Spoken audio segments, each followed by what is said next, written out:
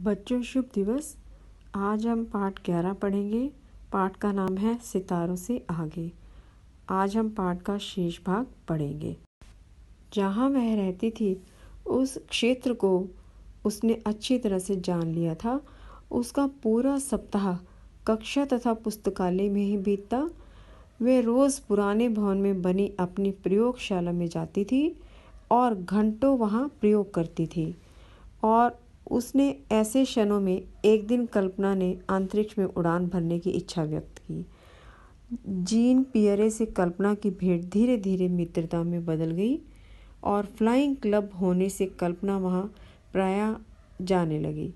Flying का छात्र होने के साथ साथ जीन पियरे अच्छा गोताखोर भी था।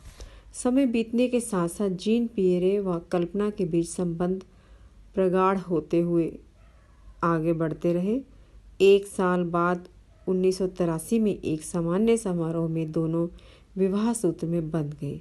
ये कल्पना का एक साहसिक कदम था। मास्टर की डिग्री प्राप्त करने तक कल्पना ने कोलोराडो जाने का मन बना लिया। मैकेनिकल इंजीनियरिंग में डॉक्टरेट करने के लिए उसने कोलोराडो के नगर बोल्डर के विश्वविद्यालय में प्रवेश लिया। सन 1983 में कल्पना कैलिफोर्निया की सिलिकॉन ऑनरसेट मेथड्स इन्फो में उपाध्यक्ष एवं शोध वैज्ञानिक के रूप में जुड़ गई, जिसका दायित्व एरोडायनामिक्स के अधिकाधिक प्रयोग की तकनीक तैयार करना और उसे लागू करना था।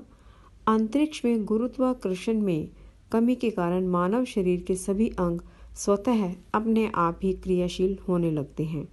कल्पना को उन क्रियाओं का अनुसरण कर उनका अध्ययन करना था। इसमें भी कल्पना व जीन पियरे की टोली सबसे अच्छी रही, जिसने सबको आश्चर्य में डाल दिया। नासा द्वारा अंतरिक्ष यात्रा के लिए जाने का गौरव विरले ही लोगों के भाग्य में होता है और कल्पना ने इसे प्राप्त किया।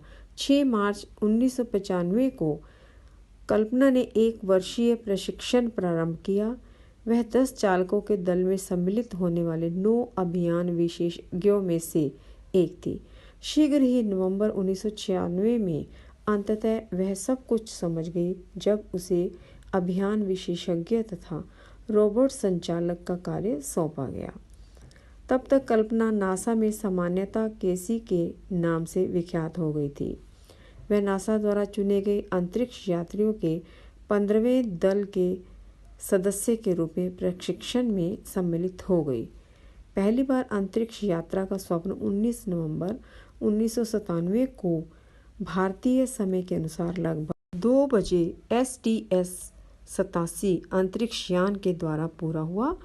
इस उड़ान के चालक दल में कुछ पुराने अनुभवी एवं कुछ पहली बार सम्मिलित यात्री थे। कल्पना इसमें पहली बार सम्मिलित हो रही थी। इस यात्रा में कल्पना अभियान विशेषज्ञ के तौर पर शामिल हुई थी।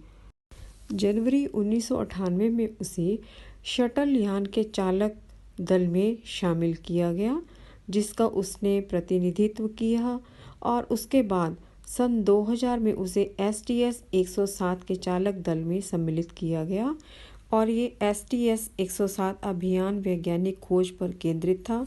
प्रतिदिन 16 घंटे से अधिक कार्य करने पर अंतरिक्ष यात्री पृथ्वी संबंधी वैज्ञानिक अंतरिक्ष विज्ञान तथा जीव विज्ञान का प्रयोग करते रहे।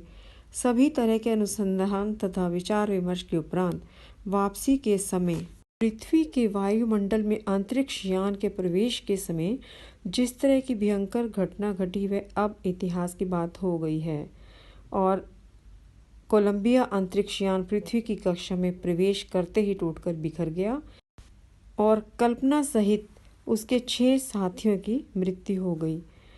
इन 7 अंतरिक्ष यात्रियों की आत्मा जो 1 फरवरी 2003 की मनहूस सुबह को शून्य में विलीन हुई, सदैव संसार में विद्यमान रहेगी।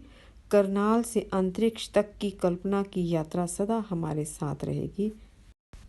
पाठ स्वयं अवश्य पढ़ें। धन्यवाद।